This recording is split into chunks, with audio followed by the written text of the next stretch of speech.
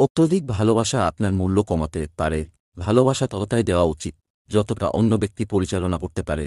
কোনো সম্পর্কের মধ্যে ভালোবাসা 1 বছরের বেশি স্থায়ী হয় না।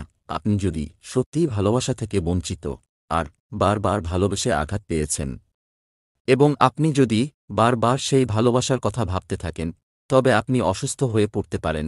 প্রেম ও আকর্ষণ সম্পর্কিত কিছু মূল্যবান কথা। একজন মানুষের কাছে সবচেয়ে ভালো অনুভূতি হল যখন সে জানে যে সে কারো কাছে খুব বিশেষ মানুষ, বা তার জন্য কেউ অপেক্ষা করে ও কেউ তার প্রতি খুবই যত্নশীল। যখন কোনো পুরুষ ধনী হয় তখন সে একাধিক ভালোবাসায় জড়িয়ে পড়ে, এবং যখন একজন নারী ধনী হয় তখন তার অনেকগুলো বয়ফ্রেন্ড তৈরি হয়ে যায়।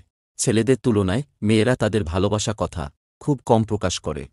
যেখানে ছেলেরা খুব আবেগপ্রবণ হয় এবং প্রতিটি বিষয়ে তারা তাদের প্রেমিকার সাথে এই ভালোবাসা প্রকাশ করে।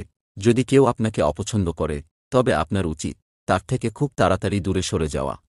তার কারণ আপনি 50টি ভালো কাজ করেও তার হৃদয়ে আপনার জন্য জায়গা করতে পারবেন না।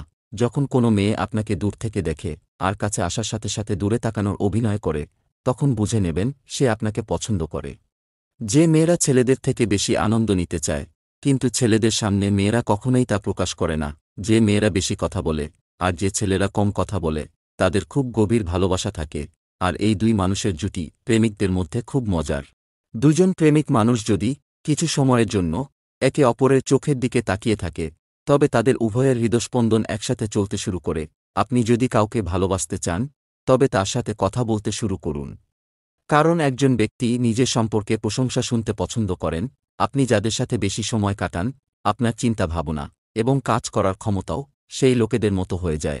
বিপরীত দৃষ্টিভঙ্গির মানুষের মধ্যে প্রেম ভালোবাসা দীর্ঘস্থায়ী হয়।